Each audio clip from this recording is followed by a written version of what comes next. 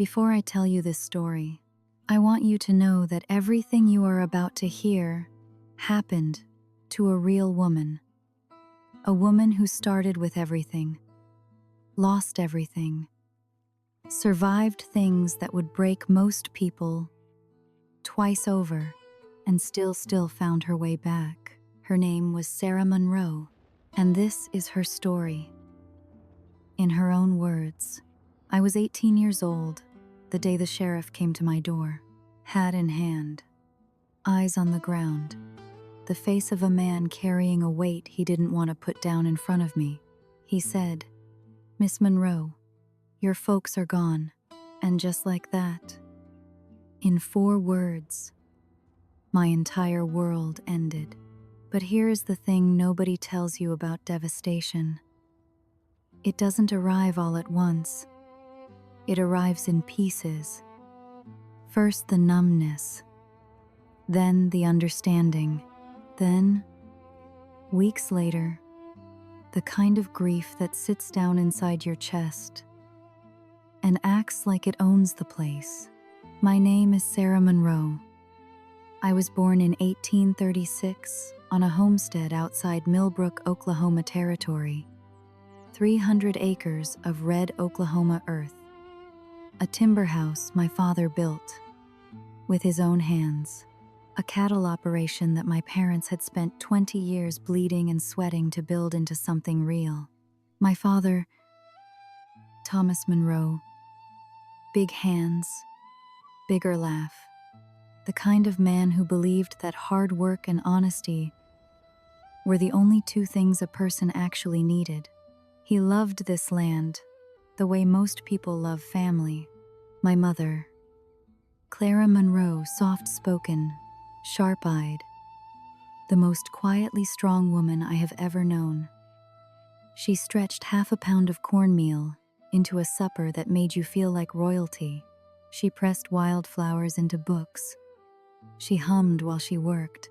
They had 1 child, just me, and they had made sure legally, properly, that everything they owned would one day be mine.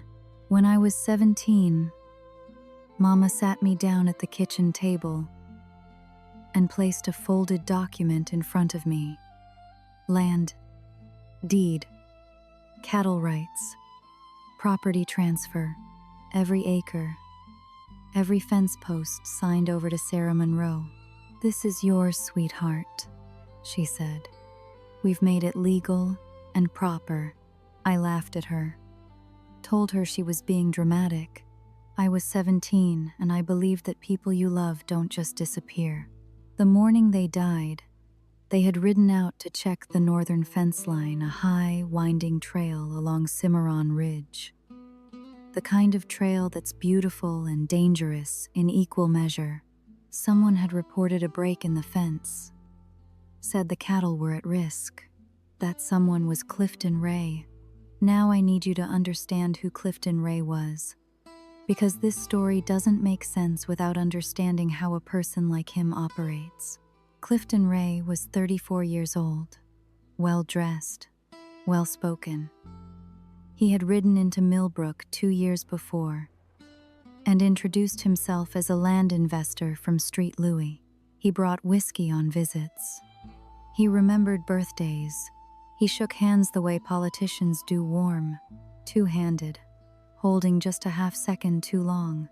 He was the kind of man who made everyone feel like his closest friend. Papa trusted him completely. I did not. There was always something behind his smile that I couldn't name, the way a creek looks peaceful right before the flash flood. But I was young. Papa was wise. And so I smiled at Clifton Ray across the Sunday dinner table and swallowed my unease. When my parents rode out that Monday morning to check the fence, Clifton had reported they never came home. The sheriff called it an accident. Horses spooked near the ridge. They went over the edge.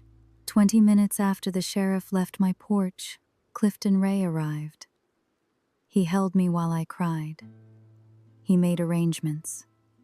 He handled everything. He stood at their graveside with a trembling voice, and tears running down his face. And God forgive me, I believed every single word. Here is what I did not know. Standing at that grave in the autumn of 1853, Clifton Ray had not reported a fence break because he was looking out for our cattle. He had sent my parents up that ridge because he needed them out of the way. He had been watching our property for 2 years, calculating, planning, waiting for the right moment.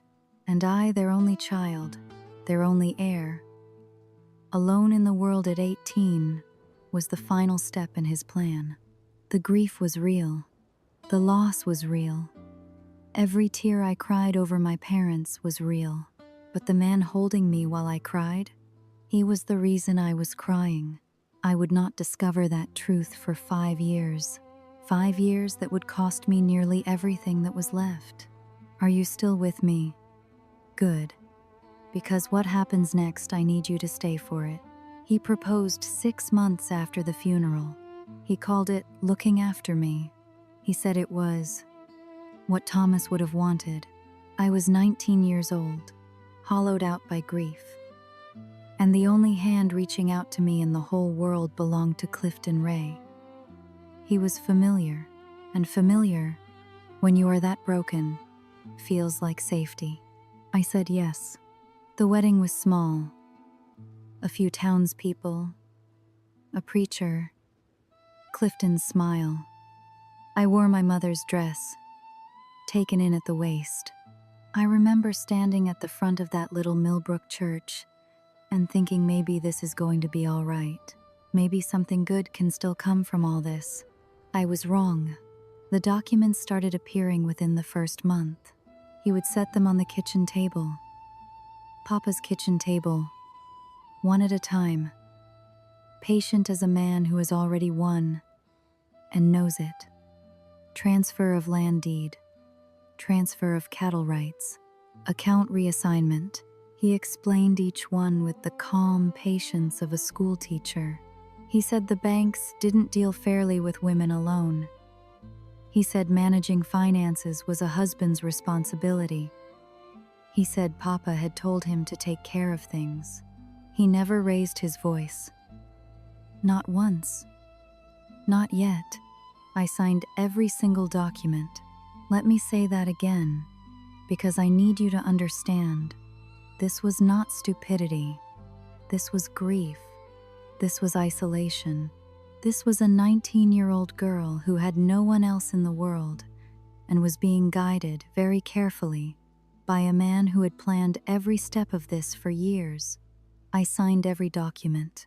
By the spring of 1854, less than 12 months after our wedding, the Monroe homestead was no longer the property of Sarah Monroe. It belonged to Clifton Ray. Every acre my father bled for, every fence post, every head of cattle, every room of the house, my parents had built with their bare hands, gone. And the moment that last document was filed at the county office, I want you to mark this moment. Everything changed. The front door was the first thing. He started locking it. For safety, Sarah. It's rough country out there. Then the barn. No need for you to be out there. Then Papa's study. That's my office now. Then, slowly, by degrees so small, I barely noticed each one. Every door in my own house became a door I needed permission to open. I stopped going to Sunday church. He said I embarrassed him in public. I stopped visiting the neighbor women down the road. He said they were gossips who filled women's heads with nonsense.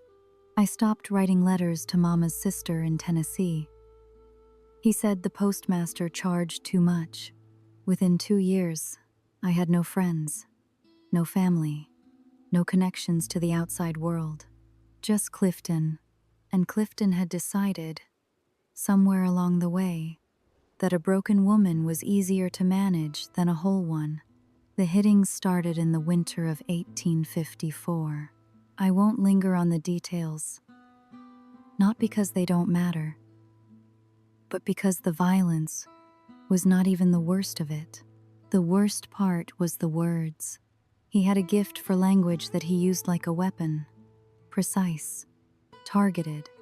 He knew exactly where to cut to make the wound go deepest. You're nothing without me. Your own parents knew you were weak. That's why they set everything up before they died. They knew you couldn't manage alone. Nobody in Millbrook cares what happens to you. Nobody is coming. He said these things quietly, conversationally, the way you discuss the weather. And here's the most frightening thing I can tell you. After long enough, I started to believe him. 5 years. That is how long I lived inside that house. My father's house. My house. As a prisoner. 5 years of walking through rooms calculating the risk of every small action. 5 years of learning to make myself invisible. 5 years of forgetting, gradually, what it felt like to be a person who took up space in the world. I became very small, very quiet. Some mornings I woke up and could not remember the sound of my own laugh. And I want to tell you something. Something I need you to really hear. Especially if you are watching this, and any part of what I am describing feels familiar.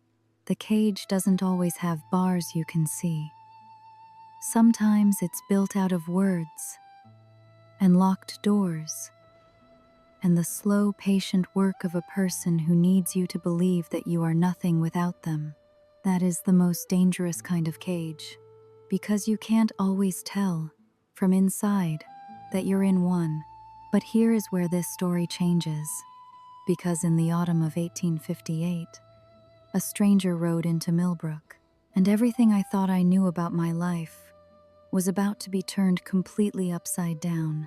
His name was Callum Rourke, and I need to tell you who he was before I tell you what he did, because the truth about him is more complicated and more human than the legend that surrounded him. Callum Rourke was 40 years old. Tall, weathered, dark coat. 3 riders always at his back. Quiet men with watchful eyes who scanned every rooftop out of pure professional habit. He was, by all whispered accounts, in the Millbrook General Store, the most powerful and feared man in Oklahoma Territory. They called him the Undertaker, not for violence, but for finality. When Callum Rourke involved himself in something, it ended. Cleanly, permanently. He ran operations across the territory. Land, cattle, certain agreements with certain people that local lawmen knew better than to examine too closely. He was not a good man, in the simple sense. He was a complicated man who had his own code and lived by it absolutely. And 2 years before he rode into Millbrook, his wife had died. Her name was Eleanor Rourke. Fever took her in the winter of 1856. She had been, by every account, the kind of woman who softened hard men simply by being near them. She left behind 3 children. James, 8 years old, oldest, already carrying the weight of the household on small shoulders, trying to be the man of the house before he was ready. May, 6 years old, copper hair, her father's serious gray eyes, old enough to feel the hole her mother left, but too young to know what to do with the feeling. Thomas, 4 years old, too small to understand death, just old enough to keep asking where Mama went. Callum Rourke had spent 2 years trying to hold 3 grieving children together with nothing but his own hands and his own will, and failing the way any single father fails, not from lack of love, but because love alone cannot fill the particular shape of what a mother leaves behind. Word reached him through channels I never fully understood that there was a woman in Millbrook who was the image of Eleanor. Same dark hair, same way of standing, same eyes. He rode to see for himself. I was at the Millbrook Mercantile the morning he arrived. Clifton had sent me for flour and sugar, and I was being watched by his ranch hand the way a prisoner is watched on a day pass. I was standing at the counter with my eyes down. I always kept my eyes down by then. It was habit. Safety. I felt the room change before I understood why. I looked up. He was standing in the doorway, and he was looking at me like he had seen a ghost. I did not know what to make of it. I lowered my eyes and finished my business and went home and told myself it was nothing. 2 days later, Callum Rourke came to the house. I was not allowed at the door. I stood in the kitchen and listened through the wall. I heard Clifton's smooth company voice.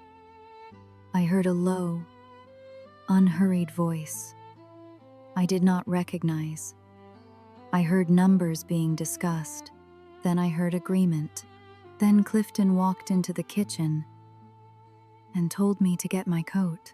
"You're going with Rourke," he said. "It's been arranged.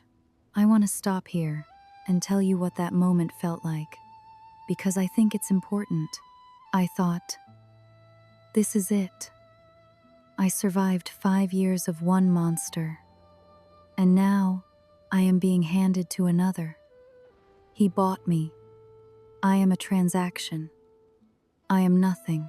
I had believed Clifton's words for so long that I had no other frame of reference left. I put on my coat. I walked out of my father's house. The first mile of riding. Neither of us spoke. Then Callum Rourke said, without turning to look at me, eyes on the trail ahead, "I know this is frightening, ma'am. What I paid for back there was your freedom, not you. You are a free woman as of this moment. I give you my word." I did not know what to say. "I have 3 children," he continued. "They lost their mother. I won't pretend that isn't part of why I came. But you are free. Whatever happens next is your choice." I had not heard the word freedom spoken aloud in 5 years. It hit me in a place I had forgotten existed. We rode the rest of the way in silence. When we arrived at the Rourke Ranch, 3 small faces were pressed against the front window glass. The door opened before we reached the porch. May came out first.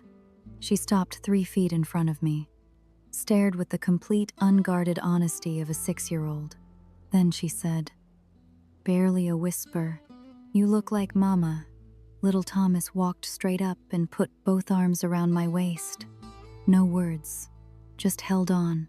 Something inside my chest, something I was certain Clifton Ray had destroyed permanently, cracked wide open.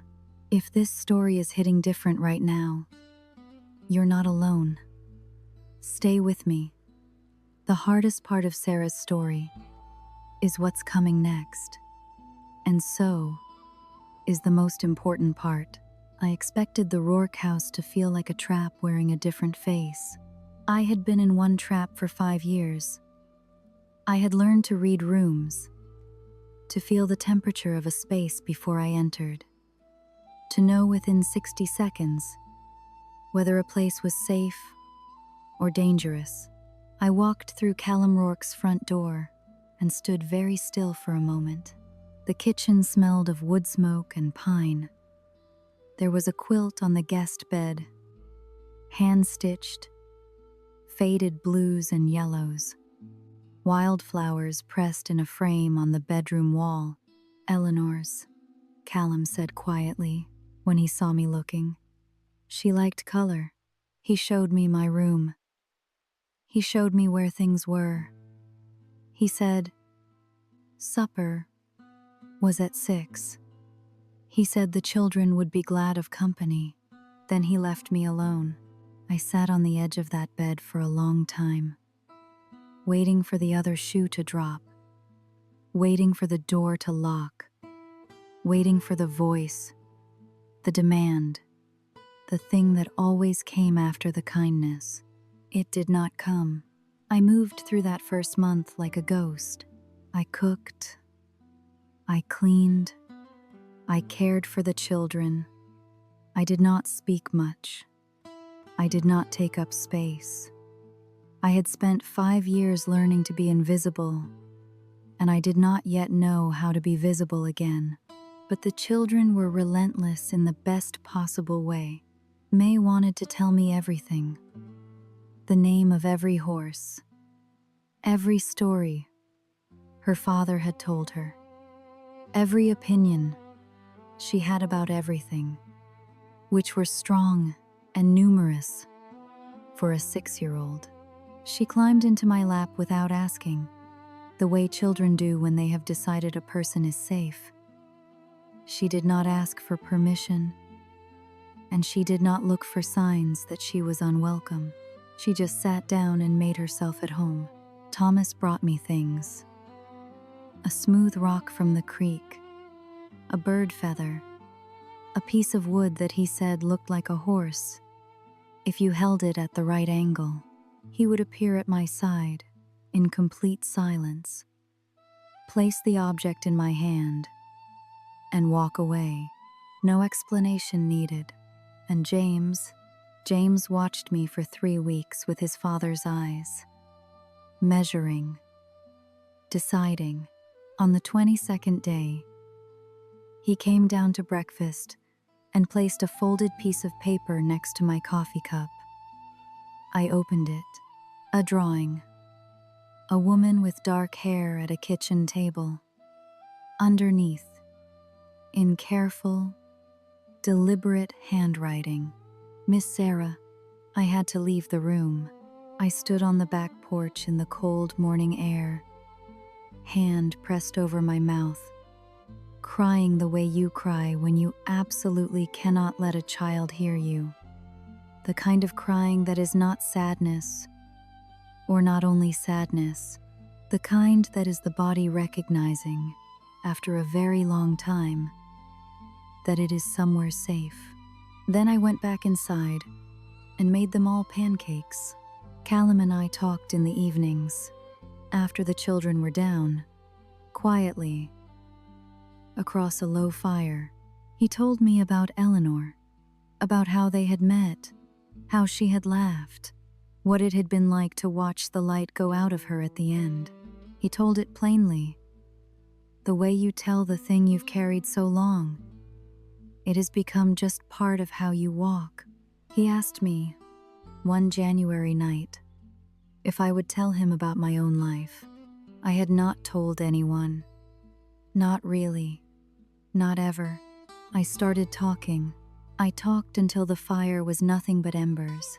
I told him about Papa and Mama, about the kitchen table and the deed, about Clifton Ray and the documents I signed, about 5 years of locked doors and quiet violence, and being told, every single day, that I was nothing. I told him the thing I had never said out loud to a living soul, that I had never fully believed it was an accident. That something in my body had always known that Clifton had sent my parents up that ridge on purpose. When I finished, the room was very quiet. Callum was looking at the fire. His hands resting on his knees were absolutely still in the way that only a controlled man's hands are still. Held still deliberately. He said, "I'm going to need you to tell me Clifton Ray's full name, and everything you remember about that day." His voice was the same as always, low, unhurried, but it was not a casual request. And I felt, for the first time in 5 years, something I had almost forgotten the name of: hope. Spring arrived slowly that year, the way Oklahoma springs do, cold one week, heartbreakingly beautiful the next. By March, the children were running in the yard after supper, and May was making flower crowns that she insisted I wear at the breakfast table. I was wearing one the evening Callum asked me to come sit on the porch. We sat in the dusk, that particular Oklahoma dusk, where the whole sky goes amber and violet, and you feel like the world was made specifically for this exact view. May was asleep in my lap. Thomas was chasing fireflies in the yard, arms outstretched, completely convinced he was going to catch one. Callum looked at all of this for a long moment. Then he looked at me. "I'm not going to pretend this is a conventional arrangement," he said. "And I'm not going to ask you to pretend anything you don't feel. But I have watched you for 6 months. I have watched you with my children. I have watched you put yourself back together, piece by piece, in this house." He paused. "You are the finest human being I have met in a very long time, Sarah. I would be honored to call you my wife, if that is something you could want." I looked at May sleeping in my lap. I looked at Thomas, who had caught one firefly and was holding it so gently in both small hands, studying the little light like it was the most important thing in the world. I thought about who I had been before, the girl who rode horses at full gallop across red Oklahoma fields and felt the whole free world opening in front of her. I thought about what Clifton Ray had done to that girl, and I thought quietly, carefully, about what this house had begun to do to her. "Ask me again in summer," I said. He looked at me. "And I expect the answer will be yes." He smiled. A real one. The kind I had only seen twice before, both times involving his children doing something ridiculous, rare as February sunlight. "I can wait," he said. "We were married in June of 1859. Small ceremony. Just the children, a few of Callum's trusted men, a traveling preacher who asked no complicated questions. I wore a dress the color of creek water in summer. May was my flower girl. Thomas fell asleep during the vows and had to be carried inside. James shook Callum's hand afterward with great seriousness. Then he turned to me and said very formally, like a small businessman completing a negotiation, "I'm glad you stayed, Miss Sarah." I pulled him into a hug before he could object. He objected loudly for about 4 seconds and then hugged me back. 1 month after the wedding, I sat down with Callum at the kitchen table. I told him everything.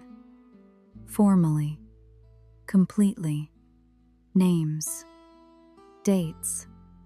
Every detail I had carried alone for 5 years and more. Clifton Ray's name. The fence report. The ridge. The documents. The 5 years. All of it. Callum listened without interrupting. When I finished, he was quiet for a moment. "I'm going to make some inquiries," he said.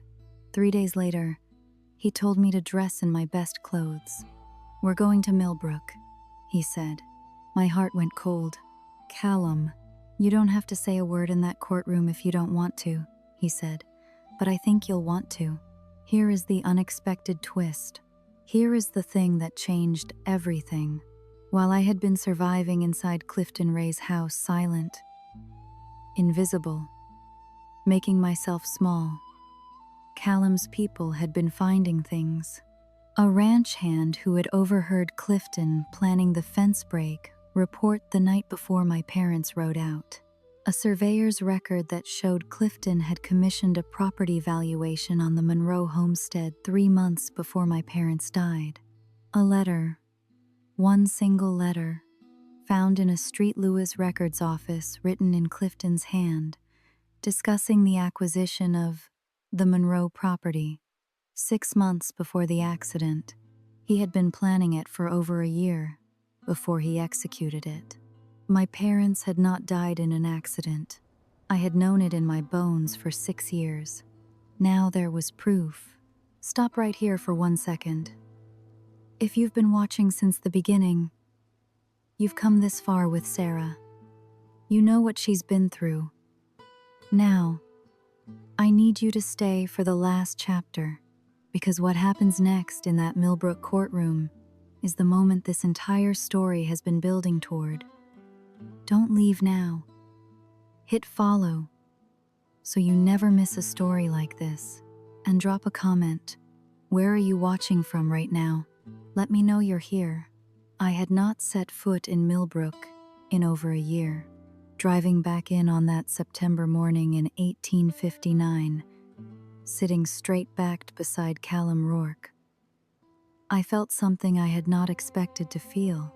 Not fear, fury. 6 years of quiet, patient, compressed fury finally having somewhere to go. The courthouse was already full when we arrived.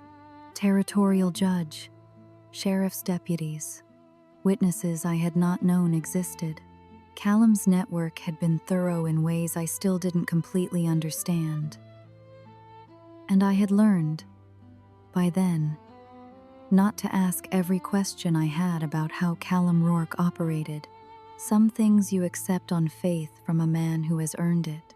I walked in on his arm, and across that courtroom seated at the defendant's table in a dark suit, looking like a man who had been rehearsing confidence and was starting to feel it slip, was Clifton Ray. He looked up when I entered. His face went white. Then his eyes moved to Callum beside me. I had imagined this moment many times in 5 years. I had imagined what I might feel. Satisfaction. Maybe. Vindication. Maybe. Even fear. What I actually felt was something much simpler. I felt tall. I sat down. I folded my hands on the table, and I looked at Clifton Ray until he looked away. The trial lasted 4 days. I will tell you the important parts. Day 1. The witnesses. The ranch hand who had overheard Clifton planning the false fence report. A neighbor woman who testified that Clifton had been asking questions about the Monroe property for over a year before my parents died. A county records clerk who confirmed that Clifton had begun the property transfer process before my parents were even buried. Clifton's attorney called these testimonies circumstantial, said coincidences were not crimes. Day 2. The letter from Street Lewis. Clifton's own handwriting, discussing the acquisition of the Monroe property by name, dated 14 months before my parents died. His attorney said it was a speculative business letter, said investors discuss potential acquisitions constantly, said it proved nothing. Day 3. I testified. I sat in that witness chair, and I told the truth. Every year of it. Every locked door, every document I had been manipulated into signing, every word he had used to convince me I was worthless. I did not cry. I had decided before I walked in that I would not cry in front of Clifton Ray. Not one more tear. I looked at the judge when I spoke. Not at Clifton, but I felt him watching me from across the room.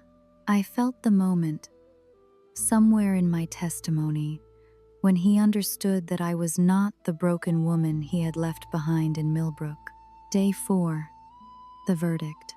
I want to tell you about the moment they read it. The courtroom was full, but very quiet.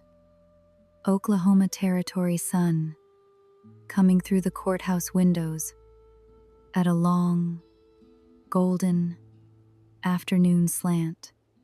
Dust hanging in the light. The sound of someone's horse outside, stomping flies in the heat. The judge read from the paper in his hand. Guilty.